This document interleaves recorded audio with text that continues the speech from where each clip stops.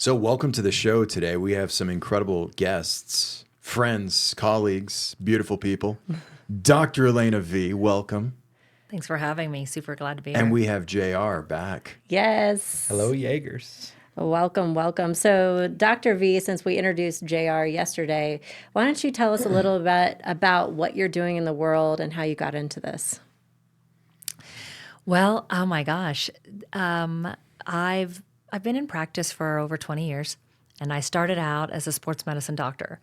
And so I graduated from chiropractic and got my doctorate doing that type of work. And so sports medicine was just a natural thing, right? And I went into Austin, Texas, where I'd lived in and out since the 90s.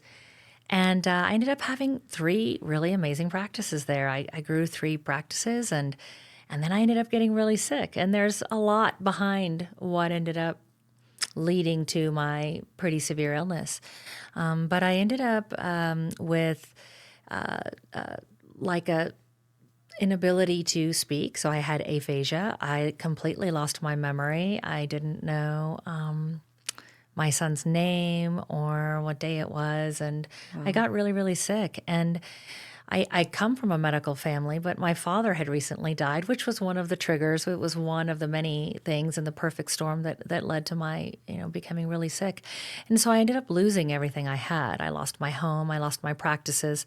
It was pretty crazy stuff that happened with no answers from the medical community. And I would say that I really do have a purpose here because divine intervened, and I ended up finding my way back to health. It was a pretty incredible journey, the whole thing. And I ended up going back into practice, but this time working on the biological function instead of biomechanics. I started working on more of the inside of the body, and really with a passion of helping people with neurodegenerative issues because of what had happened with me, and mental health. And then eventually that led into other chronic illnesses because I had a lot of physical issues besides just neurological. And so today we have one of the largest health and wellness coaching and education practices globally.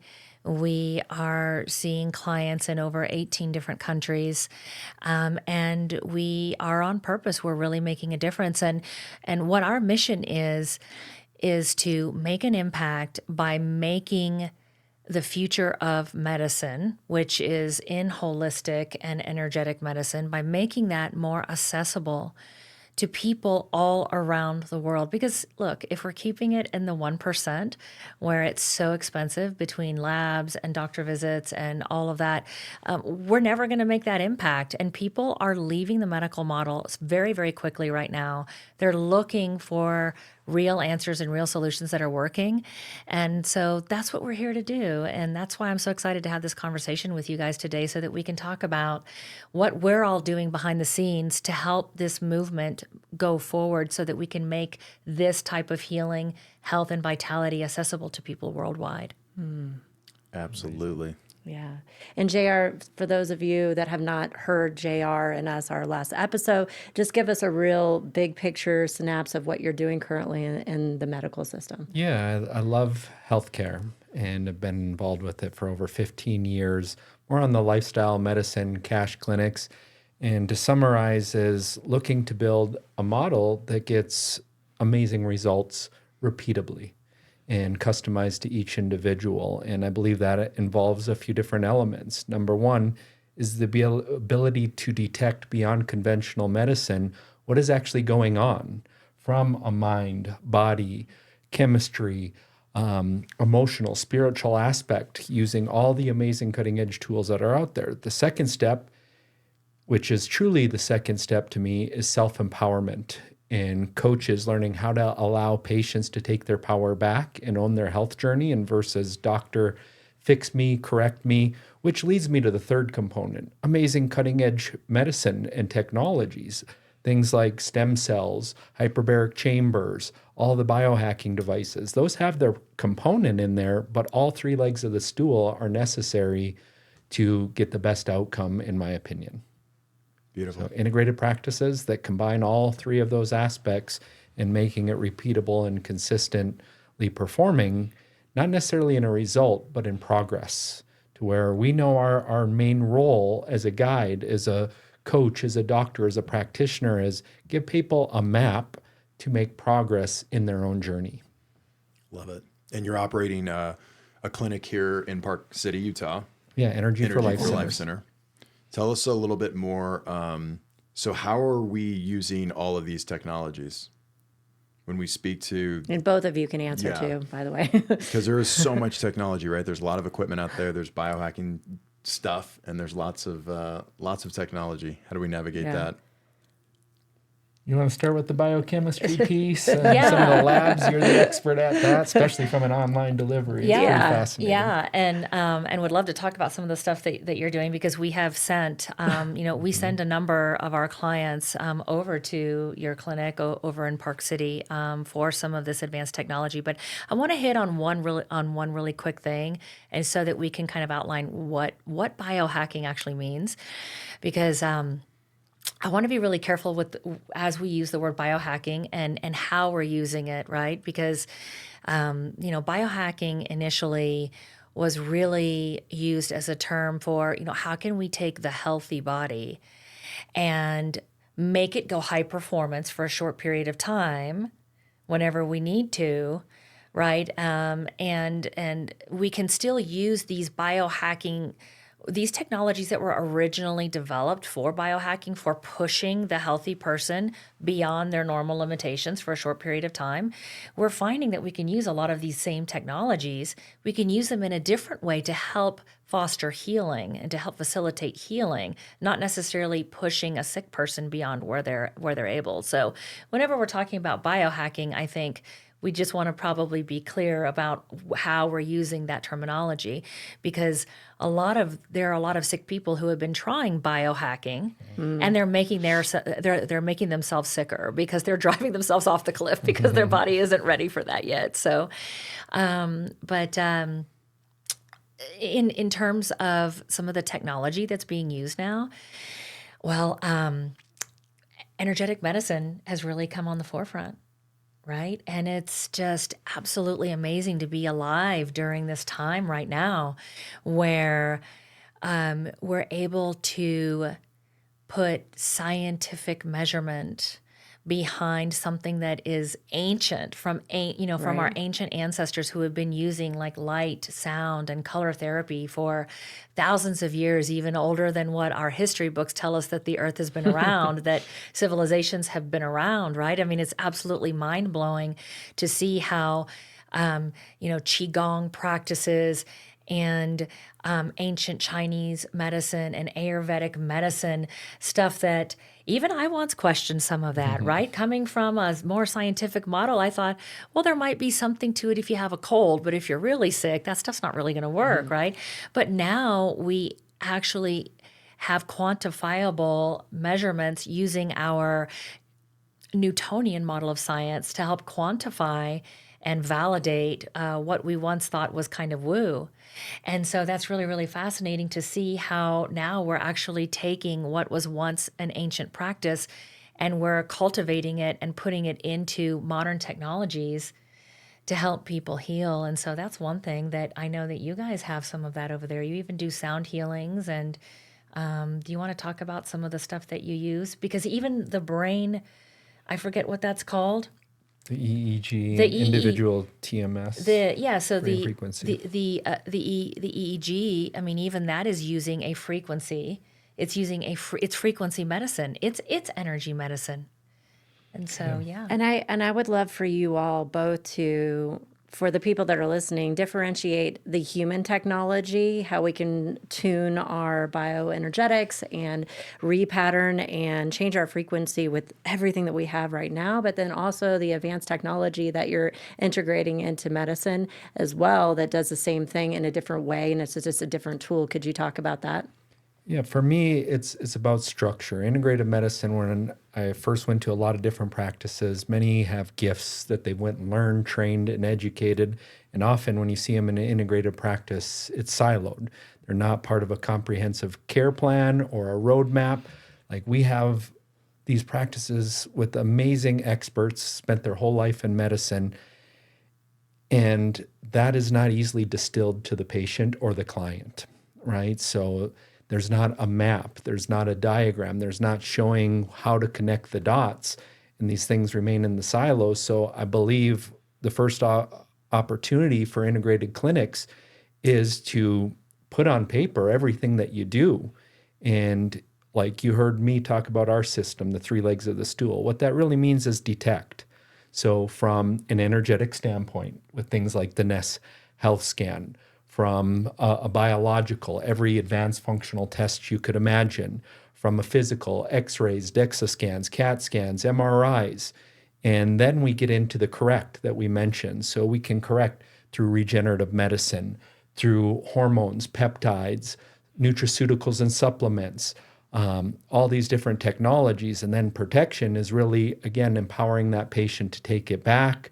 When we get out of the acute or chronic phase of care and we actually start embracing a longevity, health is the ultimate wealth mindset, and we're actually doing the things every day. We're looking at what goes in our products and our waters and our air, and we're taking ownership. It's not like I have to go to the doctor. No, I participate in this every day. And it's really all 3 of those components of, no matter what you have, putting that in a map to show them where they're at. And as we talked in our last episode, being okay passing the ball.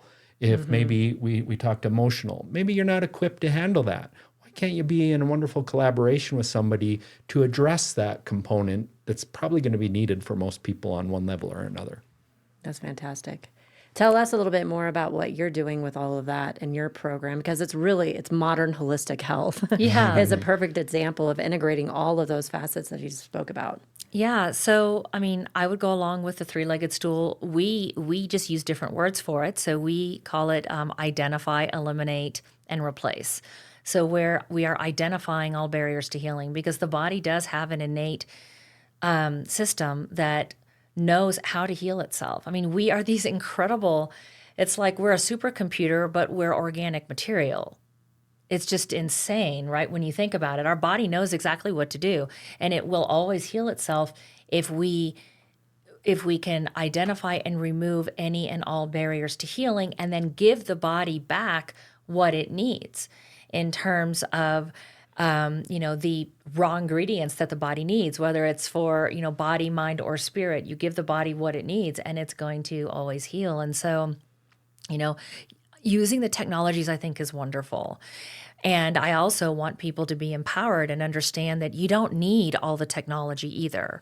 So, you can identify these emotional barriers. You can identify distortions in your bioenergetic frequency. You can do all of that with or without the technology. And so, we incorporate both. So we do use the technology. So like we also use the Nest scans. We think that it's great. It's awesome that you can just through someone's voice that you can detect bioenergetic distortions that can then feed the body, this misinformation. And then the cells, tissues, and organs and DNA don't know exactly what to do because of that misinformation. But you can do that too through other types of practices you can identify. So through resonance repatterning and through you can call it like muscle checking or applied kinesiology. There are a lot of different ways that these distortions can be identified. And so I think it's really important because not everyone around the world is going to be able to afford to go into a high-tech center like the one in Park City, right? And so how can we make this more available so that we can have global healing and world impact? Well, we also want to make this available for people so that we can teach them how to detect their distortions or how to detect these types of things using assessments, using all the different other like non-high-tech tools, and then teaching them how they can bring their body back into balance. And we do use both. We use the high technology, but we also incorporate that as well. And, the high technology can be fun because it can help build trust. it can help bring about a faster result. So, like if you can then use something outside of you, like sound, like color, like hypnosis, or like an infoceutical, or the EEG, you to use something outside of you to help correct the distortion. But I feel like it's really important for us to get back to our roots and the technology we have inside of us so that we can learn how we can change it ourselves and not be reliant on everything outside of us. And this is where we take back our sovereignty. And this is where we take back our power, is by learning that. And how can we create a beautiful symbiotic relationship between the technology outside of us and then also being able to step into our own technology and understand how to drive our own high performance car. 100%. Yeah. Yeah, so we in our school we also do the Hammer model or the quantum healing model, and when we met Harry, we thought it was so fascinating because then there was technology to show what we use, by questioning and asking the client questions, we can figure out whatever the root causes of those shock or traumas that then created the distortion in the bioenergetics. And then we use it with hypnosis, repatterning, QTT, some modality work. It's just another angle. And for one client, that may not be the way. For another client, it might be using technology. For another client, it could be using all of the above. And I think it's very important for all of us as practitioners, health providers, that knowing that there is not one tool, it's not a silver bullet for all. Everybody's unique and everything's going to work different. And that's why I love the work that you're doing, because you're doing a customized plan that is based upon what the client or the patient needs. Yeah. And to me, what we have the ability to do with our skill sets and what we've been trained, typically, most everybody has a go-to that can get a quick win. Like, what is that thing that gets that patient in the door, gets an immediate win, shows them that there is possibility, and then we guide them back to themselves through the coaching, through the processes to really build those habits that do create longevity, health, wellness, happiness on a more consistent basis than how they've currently been living. Absolutely. Oh, absolutely. That's so important. Having some metrics and being able to help them see the small wins along the way, and so, a few quick ones is really, really always nice, right? Because it keeps them motivated. And Yeah. this is a multifaceted approach, right? There's so many factors going on now as we've accelerated the technology in our world. I think we were at a mastermind last year and everyone was talking about the technology in the room, and it's like, and we spoke about the technology in our language, right? What's going on in our mind, because that is a huge factor to being able to set the body up to heal itself, right? And making sure we're understanding of our beliefs. Are we understanding of the distortions, the deletions that we do every day inside of our body that may or may not be getting the results for our healing, Yeah. for the journey of health? And there's a small challenge in that immediate win can also create an expectation. Like, if I'm not getting immediate wins, then it's not working, or quick I'm not pill. working, or something's wrong with me, as opposed to really understanding the whole journey and where they're at, if they are in acute care versus chronic, or how many years they've been in destructive habits, environments, in thought processes. So, like, the importance of being able to highlight and not having that healer complex that we're supposed to heal somebody with these gifts, because they do have their own soul's journey, their own life journey, their own responsibility. So I feel it's very important for coaches and practitioners to get confident really early at honest, loving conversations and communication mastery to really outline based on what that patient wants. Are they chronic and just want to have a little bit of energy, or are they morbidly obese and want to lose 100 pounds in 3 months, and really beginning to be like, I don't know the exacts. It can go faster or slower depending on your investment and your compliance. However, we're here and we are going to see progress as long as you're following these steps. Yeah, and I think it's important to, of course, to have those conversations, to educate around what, based upon the data, and we'll talk about that in a moment, how long it takes for a typical hero's journey of health. And then also at the same time, have this ultimate possibility that somebody can just like that, because we've seen that as Miracles. well in our container, where people are just ready, and for some reason, whatever goes through them, source energy, and it's a miracle healing, and they didn't have to go through all of those other things. And so being in a space of being open to all possibilities, but then also supporting that person in the journey that it may take a little bit longer. Yeah. And it's no different as a patient, as an entrepreneur. Very Yes. rarely is it you're a millionaire overnight. It's a lot of practice and skill building and people And that give you opportunities. However, Yeah. the right time, the right market, the right idea quickly becomes an overnight, billionaire in some sure. instances. And we'll go back to the data, and from an esoteric spirit journey, I truly believe that when it doesn't happen overnight, there are stuff and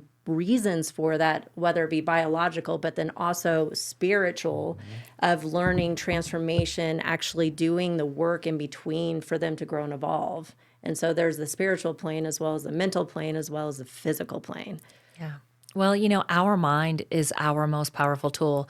If you want to see miracle healings, if you want to see a miracle healing in yourself, you need to learn to gain control of the monkey mind. And, most people, 99% of people on the planet, have no idea how to use their mind. They have zero idea. They're from the time of birth, they've been put into constructs, they're living under this veil, and they have no idea how to use the mind. And even all of us sitting in the room, like, we've all had these mind blow moments, and where we've had this like utter, like, total and full consciousness. But even to stay in full consciousness every minute of the day, it's still, our brain has been trained from birth and in generations. It's like it's genetically programmed, misprogrammed. It's misprogrammed, right? And we're trying to get back to that, because, you have people like Joe Dispenza, who's able to pump millions of dollars into the research to show that you can heal through mind alone. If you want a miracle in your body, if you want a miracle in your life, if you want a miracle in the very fabric of the reality that you're weaving, it comes from inside of you. And so there's something to the placebo effect that we've all been taught to make fun of it. Oh, the placebo effect. No, that's the most powerful medicine. It comes from inside of you. And so when we can learn to gain mastery of that, then, we won't always need all of the technology, because we are the technology. 100%. And the majority of the work that we do in our events is having people go back and actually having a choice of their belief systems, realizing that pretty much all of our beliefs are not ours until we decide differently. And so then we can go back and choose to think and believe differently. And so, yeah. Creating a new journey of expectations from the past experiences, so you can predict and actually shape and mold your future. It's huge. unlearning and relearning Reprogram. this new way. And that's one of the things that I love about what the two of you do, is because, I've been through your training. My husband's been through your training. We've been through your advanced training. We put our practitioners through your training, which is a requirement. If they want to come work with us, they need to go through your training, because they need to have their own breakthroughs, and they never realize it, but they need their own. If I truly believe that, the ability for you to be an amazing healer really lies in your own personal growth, right? And what you're doing is providing people with the knowledge and the tools and the transformations. And from my perspective, it's much more affordable. You can go to Joe Dispenza and you can have a week, a week of whatever, for the same price that you guys give months of work for, right? And the after, what I call the aftercare, which is the integration afterwards, right? And so he may be able to pump millions of dollars into research to show what he's doing, but you guys are doing that, I think, in even a greater capacity, because you're making it available to more people, and you're spending more than a week with them, right, to help them in their transformation. And they come away even more empowered, because they weren't just going through an experience of being put into a meditative state for a week, and then they come out going, wow, but then they end up, what happens? They leave and they go back into their environment, and they have to go to the next Joe Dispenza so that they can get another fix. So they're chasing after him and that experience, they're not learning how to cultivate that within them and how to cultivate that type of container in their own lifestyle. And that's what you guys provide. And that's what I love about, one of the many things that I love about what you guys are doing. Well, we learned over time and experience. And I remember because we modeled the model of training model where you would have this transformation and then, oh, bye-bye. And then you have to wait until the next thing. And I truly believe that my own spiritual hero's journey would have taken less time if I had the supportive community. And we saw people come and have these huge experiences, walking away from years and years of symptomology, going out and taking action in their life. And there was some people that were able to sustain to the next event. And then some people would completely fall off. And what we call is getting crabs in the bucket. Basically, either their own limitations pull them back down or their environment pulls them back down. And so we decided, hey, it's not enough just to do the transformational events and empower people with the tools. We have to show them how to integrate it into their life and become a lifestyle, a way of being, doing, and having, with relationship to their spouse, with the relationship to their kids, the relationship to food, exercise, all of it, which is the holistic way from my perspective. Right. Well, and it's really both, right? Like they're going back into their environment, and yes, they just made a ton of new neurological connections, but those are like little dirt roads. They're like single track bike sure. paths, right? They're not the big 5-lane highway neurological connections that they've been running on for their entire life, right? And so that's where they need that consistent, they need those touch points, that coaching, that mentoring, that guidance. Community. And we took what we learned from you and we incorporated that into our model. And so, we spend the first 3 months with our clients teaching them how to master down regulating their nervous system, because you can't have any healing whatsoever. And that's how we get our quick wins in the 90 days, is just by teaching that and really teaching them the importance of it. And we teach them multiple tools and modalities for down regulating their nervous system. And then, of course, we take them on 9 months more of their hero's journey and their healing. But that's super important, right? Is this, you have to keep building on those new neurological connections, because if you don't, that little single track highway, they're just going to fall back onto the 5-lane highway that they were on before they even went through their breakthrough. Yeah. And we see that. We say that a lot with some models. And the thing is that, we do whatever we possibly can to educate people, and some people do fall off. And so let's talk about the managing expectations, because I do know that we had a conversation about how a lot of times doctors and health practitioners feel responsible for the healing. And there's this huge resistance around going to cash and be able to then sell high ticket and all those different things. And so give us some insight on what you think about that and what you're doing to mitigate that. And then how are you supporting the patients, AKA clients, and talk about that as well, in their hero journey to make sure that you are doing your best to get 100% success rate?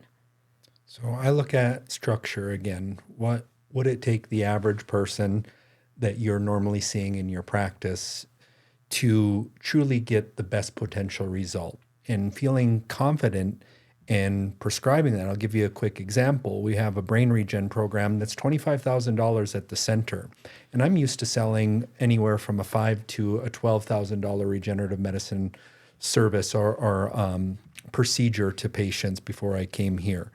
And so the patient comes in and I'm like, Doc, I think we're losing a lot of people that don't say yes to this. Why aren't we doing a 2-day versus this 5-day process or anything like that? And he looks at me and he says, JR, because if we don't get that first win, then they're going to think this is less. And I went and tried that again, and this didn't work and that didn't work. So he's like, I would rather not offer anything less than the preeminent. However, let's drop them into our coaching and our functional, our lifestyle, really getting their mind, really getting that investment of that personal responsibility in there. It's like, I love that. I get to be a part of something that truly is going to offer the best duration from somebody that is in this kind of hopelessness state and deliver that. So it really, to me, depends who you're seeing more often in designing what is going to get 8 out of 10 people over the hump when all three of those aspects that we talked about earlier are incorporated. Because if we truly miss that step, then it's like another thing that didn't work, and it hurts their confidence of nothing can help me. I've been everywhere. I've tried everything. How many of you have heard that language from your patients? But yet we truly didn't lay that map out and give them their power back on their hero's journeys, being like, if you come in chronically, it's going to take you 3 years to make significant progress. Whereas you come and symptoms are just starting, you may cross this bridge in 4 months, and really being able to lay out that average journey, and, being okay that you're not meant to heal them. You're the guide along that journey, and your value and worth is not involved if they're not ready for action. They may want to outsource that with the money because I paid for it. It's a result. You can go join every mastermind and coaching program in the world. You're not going to get a result unless you do the work. You may get a quick win, but Yeah. And that's one of the things that I love about what you guys are doing, because it's really in alignment with our values too. We help guide them with the expectations, and we're giving them what they need to get the result that they're looking for based off of the data that we've collected that shows the consistent, excellent outcomes that we're getting.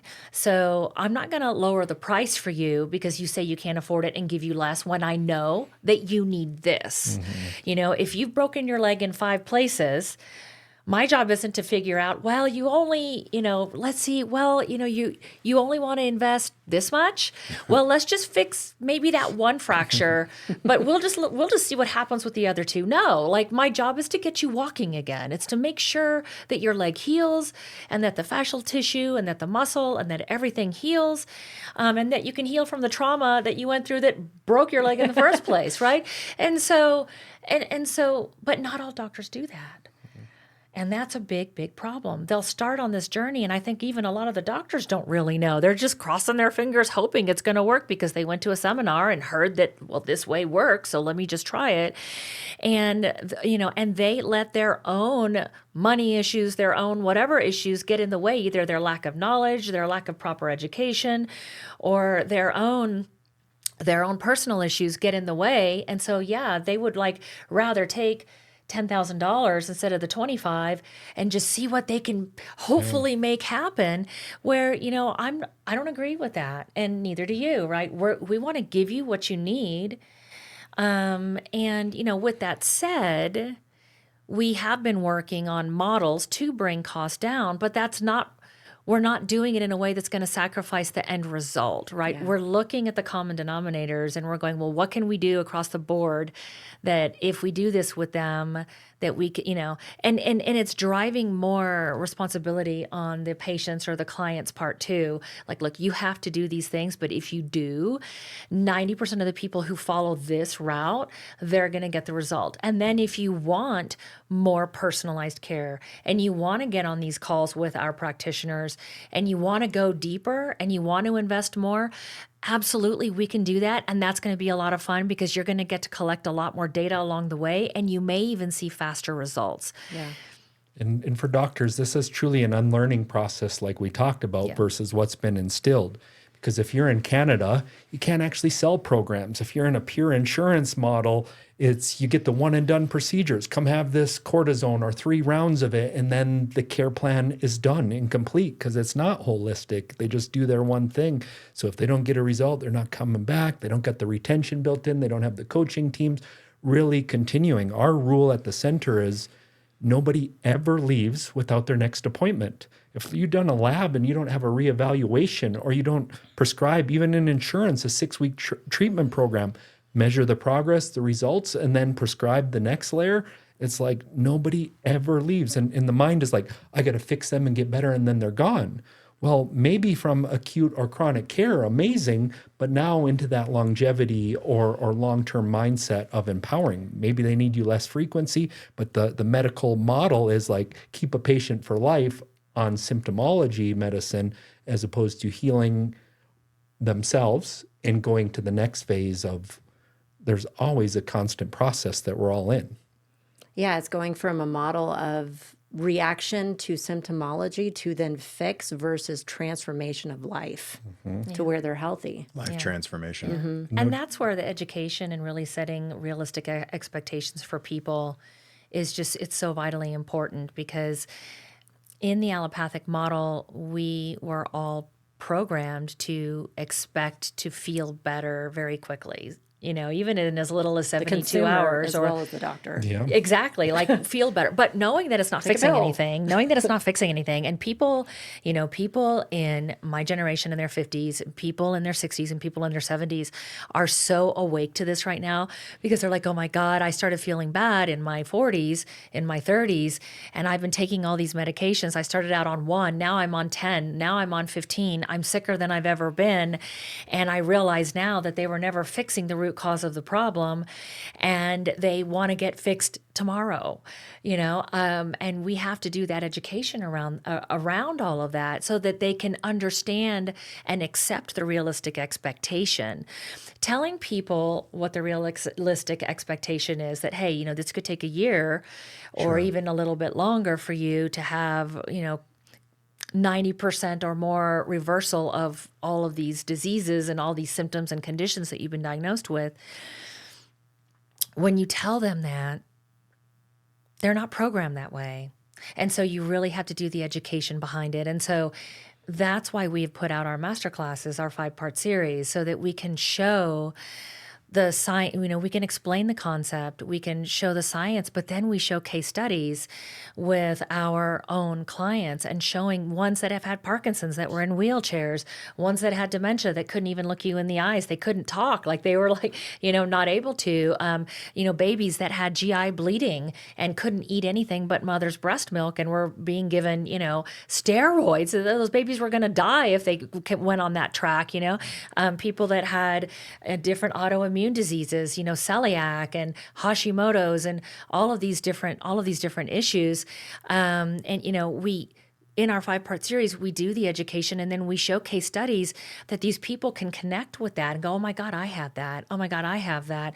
And then when you explain to them the average time that it takes, they are more able to accept that responsibility and make that commitment to themselves. I think you said something important that's the next level for anybody listening out there. Most doctors are trained to speak, and you're the authority, and do, and then there's friction if they're not following, right? Versus, you know, in order to really bring that patient in, instead of tasking, it's stories to change their belief system of possibility first and foremost, and then it's tasking. So if they're like coming to fix their knee and they're eating nothing but pop and fast food, then, you know, part of the plan was, here's our meal plan, here's our exercise program. And if they're not being compliant, saying, what's coming up for you? How is this getting in the way? How do we support you? What do you feel you need to change this? So it's that coaching aspect that you guys brought me through your course, and it completely changed how I was like giving my passion, my energy in telling, versus really understanding what they're willing to take on, meeting them where they're at in terms of their budget, beliefs, their habits, and really guiding that processes with the expectation of their result in a truthful conversation. And if they're not doing that one thing and they're like, I need the next thing, but hey, you're still missing walking every morning. How do we go do this next procedure when we've, you know, not at least had an honest conversation on what's coming up for you, why you're not doing what we've agreed to? Because that's usually the stuck point. Yeah. I find the belief structure and the belief systems fascinating. You guys do it in the first 90 days, focusing on mindset and the beliefs and how people think about their habits, their behaviors, their actions. You know, you're incorporating this Downregulating in the through their nervous system. and you guys are incorporating this in the coaching program. I feel like 100% of what we do is like truly working on someone's belief system. Oh, yeah. The ability just to even heal themselves. Somewhere along the line over the last, 200 years. I mean, it's been around for probably 5,000 years. But the disempowerment that you need to look outside of yourself to find the healing is fascinating to me. And I think the difference between a patient versus a client makes me think about this is because a patient, the root cause is patient, patiently waiting, patient, You're either impatient or you're patient. And I find that For somebody fascinating. to do it to you. What are we or for waiting you. for? What's your definitions on this patient versus client? Because we believe clients are clients. So they don't come in broken. They just come in unconscious to areas that we want to help them get conscious in. And the NLP coaching model, and then I would love to hear from you. The NLP coaching model, we as the coach, we're in collaboration versus doing something to someone. And even in our industry, they're like, can't you just lay me down and hypnotize me? I don't have to change anything and the pounds are going to fly off. So that's the same mentality that comes into the doctor's office. Let me, do something to me, fix the problem versus taking the ownership and responsibility. And that's why the NLP coaching tools is so powerful in this context, because it teaches the practitioner, the doctor, the coach, whoever is servicing the client, is facilitating the questions to have the client find what's awareness. already possible inside to where they get buy-in versus telling them what to do. You can educate them and tell stories, and this is the data, and this is yes, and being able to facilitate that collaboration so they find their own internal motivation and desire to transform. And I agree 100%. And I'd say the same in my personal life after experiencing a health. Like I was in the center, I learned, and it's like, okay, just go do all the things and listen. This is the pathway. I've done that. But at the same time, I'd get frustrated in life easily. And it's just like I was always striving for the finish line and making millions of dollars and having 100%ers. Inside healing and happiness is an inside job. So it's a process that really one has to go through to truly have it all, in my opinion.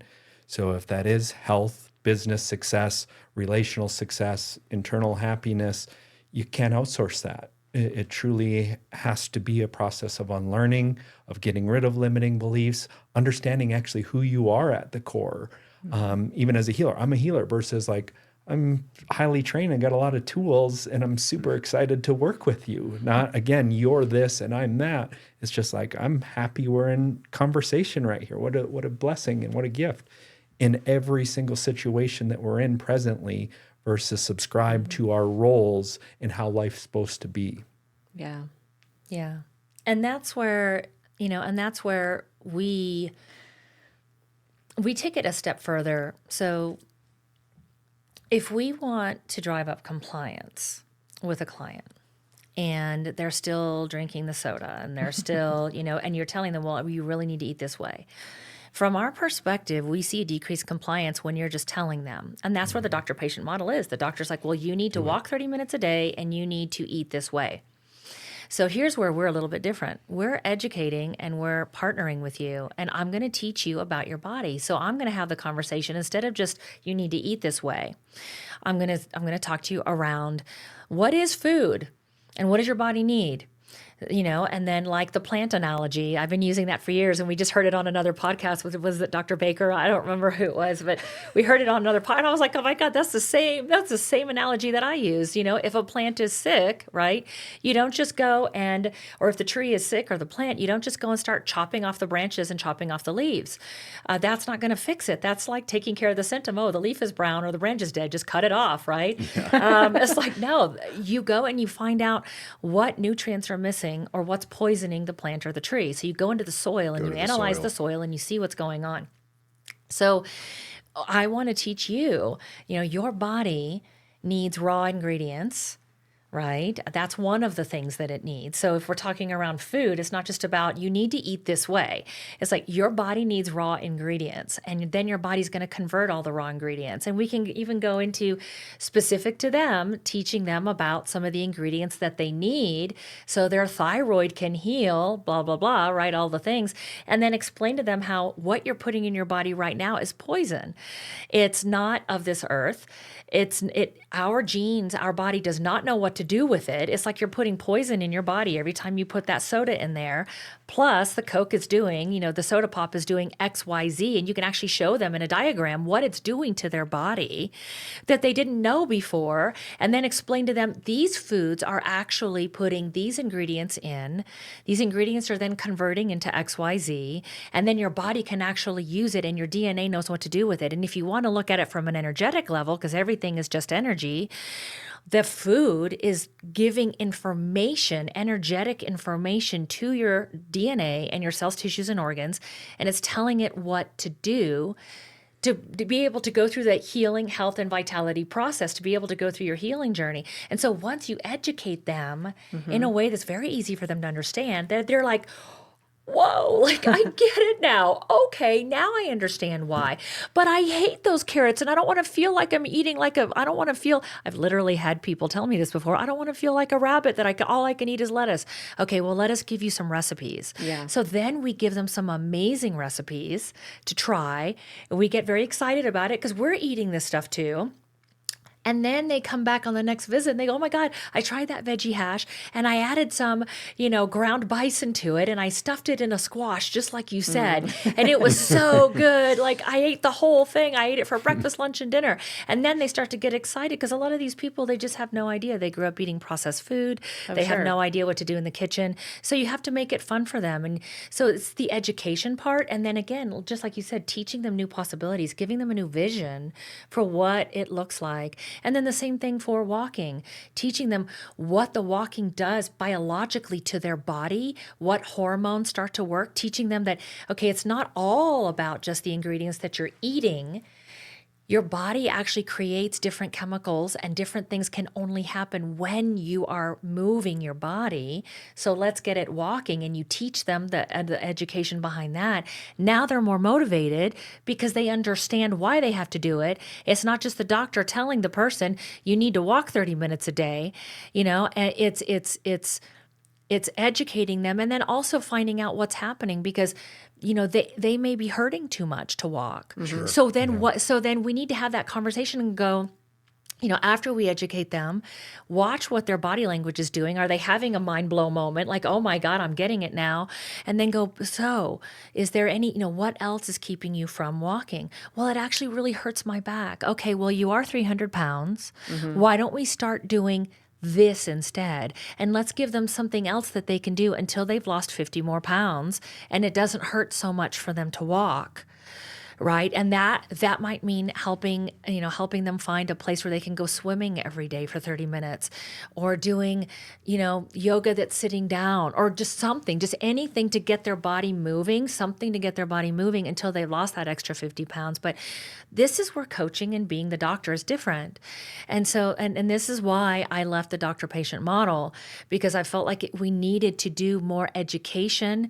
We needed to partner more with them. We need to be able to give them different visions for what their life can look like, because some of these people don't even know anymore what their life can look like. Yeah. 100%. So and a lot of people think that they're doing it, and I would love to hear your thread too. And a lot of people think that they're actually eating healthy when we've talked about that. They're actually starving. And they're 300 pounds overweight and they're eating right, but their body is not losing the weight because they're full of toxins and their body is starving. And so I think people want to do these things, but they don't have the education around it, and that's the changing the paradigm. And also educating them versus the old model of like, this is what you do this, otherwise XYZ bad thing is going to happen, versus educating, this is why, and this is the benefits. And I love what you're doing because you're painting a story and you're really empowering them to understand how their bodies work, how their relationships work, how they can have a holistic way of mind, body, health, and spirit. Yeah, and I think there's a handful of differences between the patient model and the client model. One is the education and awareness. In healthcare, there's simply too much chronic disease to, secondly, spend time with them. So instead of just, I got 5 minutes to make a diagnosis and put you on a pill, that's where the coaching is time. Then in the doctor relationship, it's follow it. And in the coaching model, this is compliance, in tasking, and how's it going, and customization. Yes. And then beyond that, it's accountability to have the conversation like, how are we doing to that customization? Sure. And again, always course correcting it. And then ultimately, if you do it in the context that we're doing, is community. Other people in that environment, that soil, that are actually doing it with you. So you're not alone on an island, because go to the doctor, right? You're right back to the environment. There's no other container of other people doing the same things as you. So that's the subtle differences to me that change it completely, that is missing in healthcare. Yeah, community is big. Community and being around a community of the coaching culture and getting people to be able to doctor themselves and culture, get the culture of personal growth and transformation inside of every single person. Because when someone is, say, 300 pounds overweight, going to the doctor, that's almost like, you're going to the car mechanic to get your house fixed. That's what it's like to me. I mean, the reality, they should be going to a doctor, or they should be going to a coach first to get the habits and the lifestyle in place. The doctor really can't do anything at that point. Unless That's- they're holistic. Exactly. But you see what I mean? Like, that's been going on. That's like 3-4 decades to get to this point. Yeah. The doctor's either going to put them on a pill or say some really crazy installations. Or it's just an awareness of what they want. They want the quick fix, so they're going directly to what's wrong with me. Sure. Or fix me, as opposed to step one. Ultimately, if we were to have the greatest success, would be that personal accountability and that Right. guidance and structure. However, give them what they want is the diagnosis or the Sure. quick procedure, like we talked earlier, the early win, and then really foster the client coach accountability and community relationship. And the thing too, from my perspective, is that a lot of the patients, at least in my own personal journey, and I can speak to that, is that I was addicted to drugs and alcohol for years and years and years. And the only solution was the traditional model, which is going to AA. And that didn't feel good to me. However, I was in this feedback loop that I was never going to change. I had a belief system that I had a dis-ease, that I was going to have it for the rest of my life, and most likely I was going to die from drugs and alcohol. That was the mentality that I had that had been programmed. I chose to accept it, but that was the mentality that I had about my condition versus knowing what else was possible. And I fell into personal growth and development, had a massive awakening, transformation, cut all that stuff out cold turkey. And then I saw the possibility. And one of the only reasons why I believe that I was able to change is first having the tools and having a community of people, because I got out of that environment and moved to a completely different place and did the inner game work and had people tell me every day, because I had this story loop of like, I'm not good enough, I'm not smart enough, I'm an addict, I'm this, I'm all these belief systems. And everybody's like, what are you talking about? You're amazing. You can do this. We believe in you. I see you. And so the environment is huge, because if you don't have that feedback loop of the transformation of who you truly are as a human and your capability, then I see why people are so stuck and they just go back to the old model. They know it doesn't work, but they don't have any other model that could work for them. And no I think resources. that they do want to change. It's became an identity disease culture. Yeah. You're diabetic, I'm depressed. We even wear these labels every am. single day. It's so I am. toxic. And I would ask somebody, Yeah. are you COVID? And they'd look at me like, what? Are you COVID? Why are you COVID? Well, no, I'm not COVID. Then why are you depressed? So you have symptoms of COVID. You have a sniffly nose, your body feels weak and everything. Now that's a disease. No, COVID is, but it's just like when they place their identity, now there's a story about who they are in this Right. moment that is always there, as Right. opposed to what you guys teach as, what do you want? How do you want to feel? What do you enjoy? They're based on all those past stories, the hurts, the trapped up wells and wounds that are inside, and it becomes the identity Yeah. versus really navigating them to all possibilities, the beauty that they are in this moment. Like, you're freaking amazing. Yeah, like right now, you're amazing. You're a human breathing and living and experiencing everything on this earth. What an opportunity. Yeah. Well, and it's the inner story that we create that ends up ultimately weaving the fabric of the reality that we experience on the outside. And that's what's so fascinating. That's a whole nother conversation, right? That all of us could have another hour just talking about that. But we have to change the story. In our program, we teach them that starting from month one, teaching them about the story that they're creating, what you're creating on the inside, the attachments that you have to the stories that you're creating is ultimately showing up as a reflection in your reality. You are creating your reality. Source, God, gave us the ability when He gave us free will. That is what He gave us, the ability to create our reality. That's what that means from my perspective. And so in order to have this paradigm shift, for the whole world to be able to heal, we have to understand and take back the reins on the monkey mind and really understand how to drive this Ferrari. Yep. Because we've been driving it like it's a Pinto For those people who are even old enough to remember what that was, I had one once.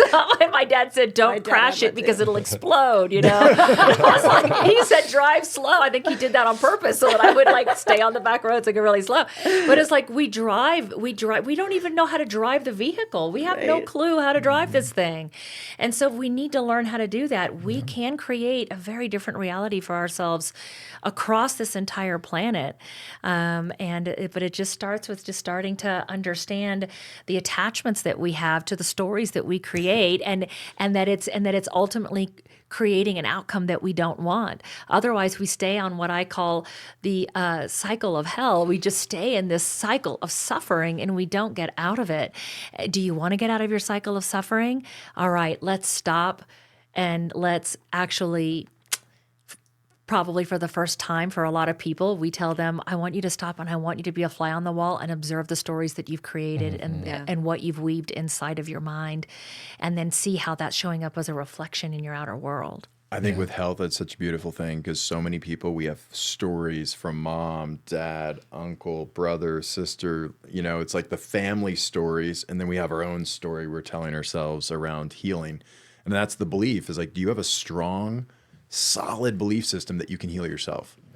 And I think a lot of people are struggling with that right now because naturally, Of course they are. Look at the health in this country. And I did too, planet. until I actually went through the work. So this concept may be one step further than where a lot of people are at right now until you truly go and do that internal work, until you can actually observe your own thoughts, feelings, and emotions and let them pass versus protect yourself or hold on to the stories that make up who we are, meaning we are new today and we will be new tomorrow. And you can choose and go forward. And a lot of people are still stuck in the monkey mind, as you say, and you can have it all. And I think people need to be patient too, because if they've neglected their body for 40 years, for 20 years, right, with unhealthy eating habits, not working out, doing all the things we do, stressful environments. You know, my dad passed away last year at 77. The first thing, you know, going through that whole experience was incredible for me. And I realized that my dad really neglected his body. And then when he went to the doctor, he wanted the quick fix. And he would only do what the doctor said, but it would just peter off after 90 to 120 days. And I think there's a lot of people like that. And 77 years old, that's very young to me. Oh. You know, and so I say that because I think people also need to have compassion and patience for themselves if they have truly neglected their health, physical, mental, emotional health for years.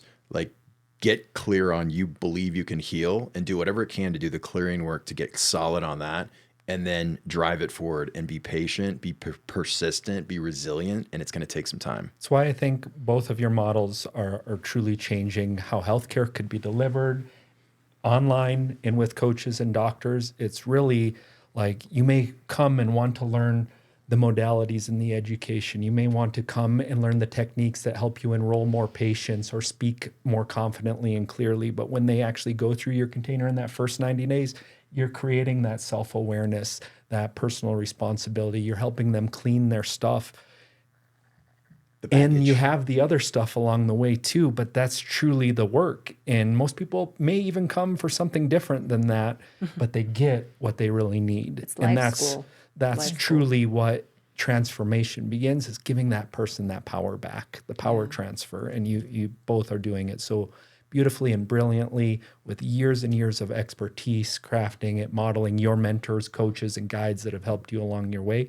And for anybody to feel like they can get there on their own, it's possible, like those miracle moments, but why not follow somebody very closely that's doing it well and consistently to the areas that you want to go? Absolutely. Yeah, to help accelerate the process. You know, when every now and then, you know, we'll get someone who just, you know, will actually say to one of our practitioners, like, I want this to happen faster.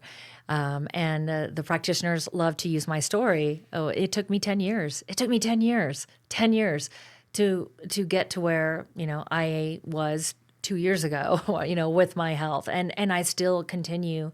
I'm still continuing on the process, which is fascinating, right? Like, yes, I'm healthy, but now, you know, I just got back from A4M and I had so many people walking up to me and going, what are you doing? You're reverse aging. What are you doing?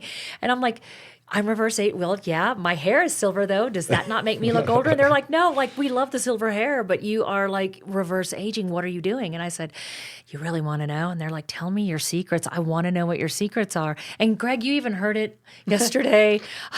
Our tech guy over here, he even heard it Another on, identity. he even heard it on He's so much more than on the that. phone yesterday, where a good friend of ours, Mark Armbruster, which we need to have him on this podcast. That's going to be Yeah. amazing. But he said, "What?" The first thing he said was, "What are you doing? You are reverse aging. What are you doing?" And I knew he would understand. I said, "I'm just continuing to let go of the shit." What does that mean? The baggage. It's just the baggage that we have been carrying that's in our DNA, that's generational, that's in this lifetime. And I've been working on it since, we all met each other before 4 or 5 years ago, something like that. But it's always a continuous process. We are not static. We're dynamic beings. And there are always more things to uncover, to identify and uncover and remove out of the body so that your body can continue healing.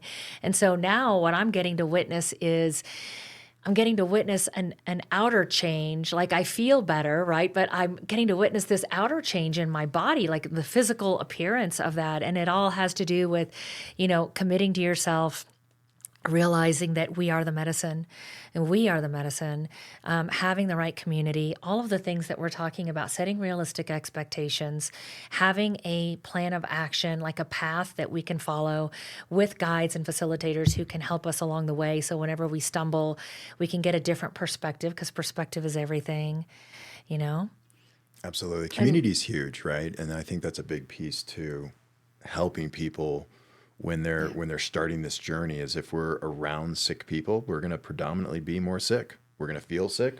We're going to project sick. And I think finding a community to uplift you and up-level your thinking and your health. Yeah, and understanding that even if you don't know if it's possible, be open to the possibility that don't it's close that. possible for you. Because I find that a lot of people at the unconscious, deep seat level, they don't think that they're worthy enough for the change.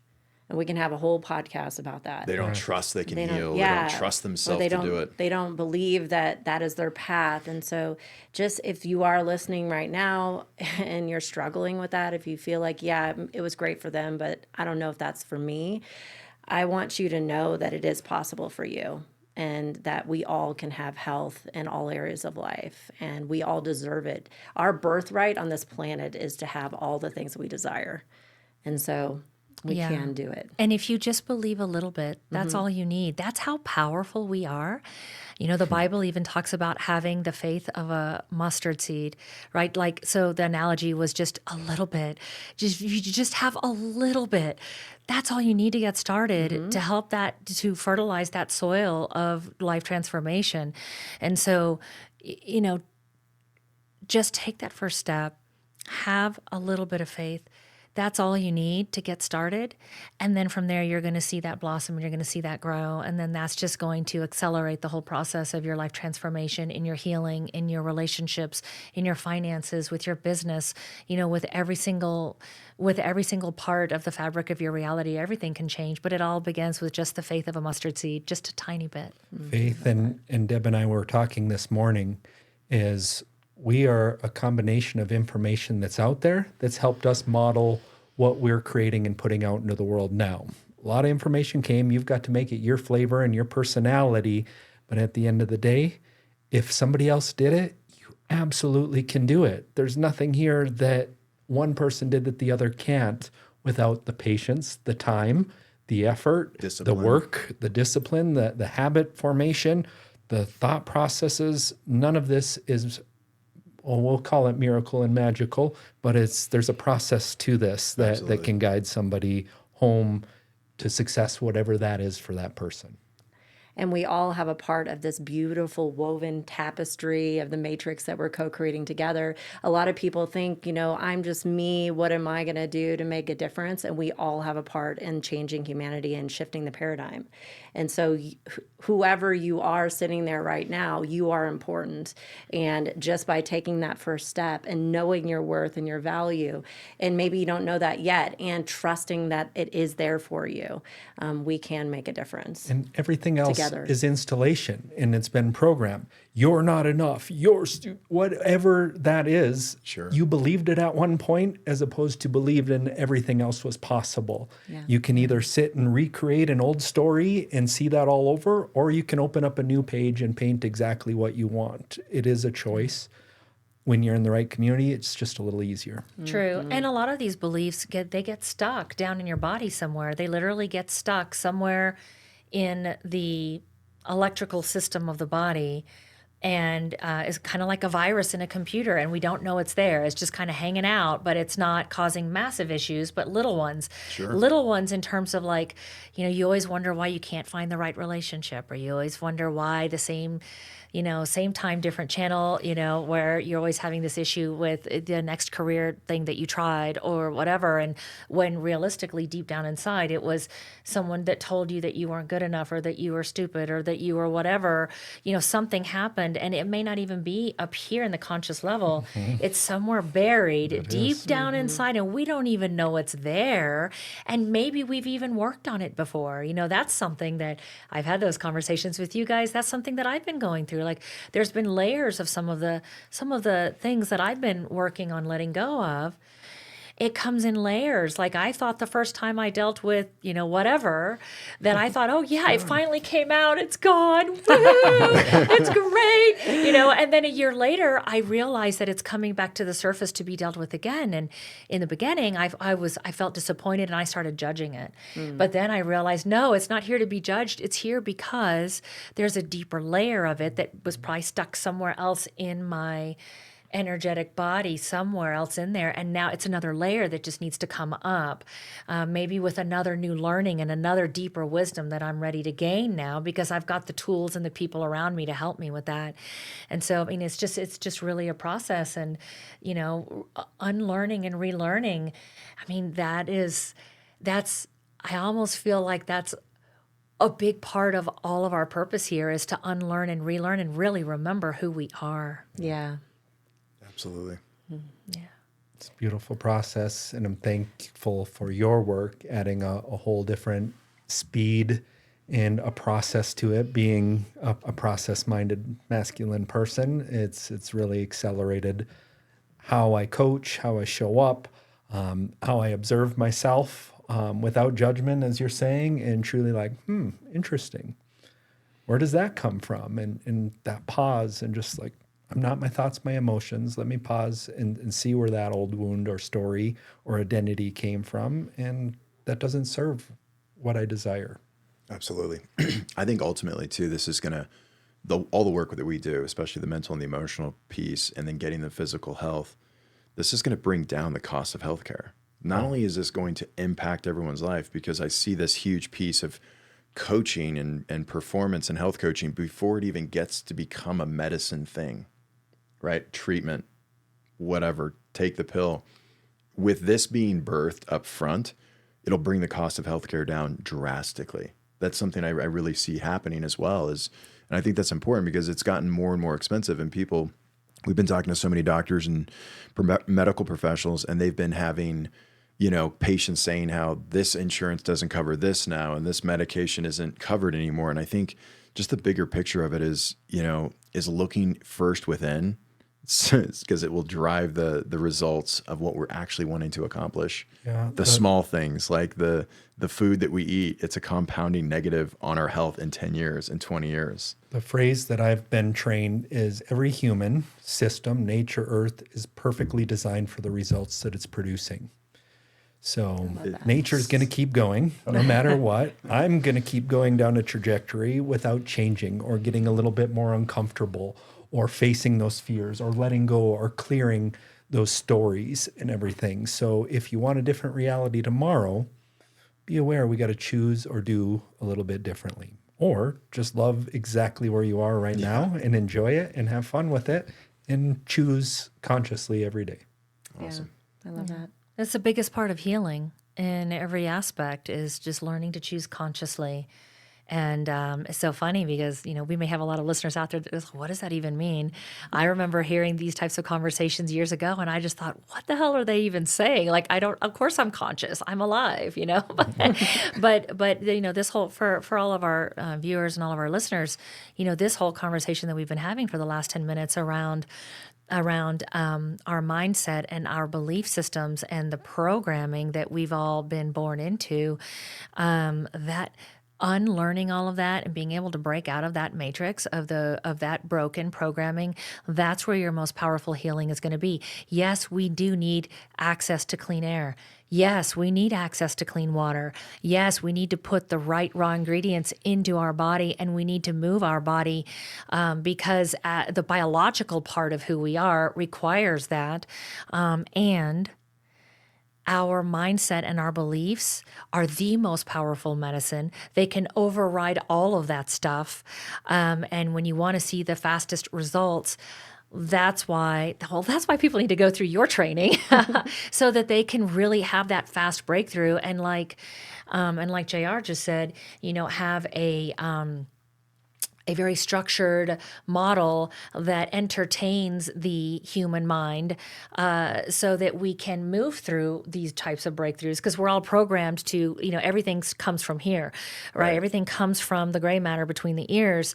And until we can have the breakthrough and start to learn to be in existence and think with our spiritual mind, rather, when we can learn to do that, you guys are filling that gap to help people to make that jump, right? By giving them this structure to feed the conscious mind, to help them make that jump into being able to live from a higher consciousness.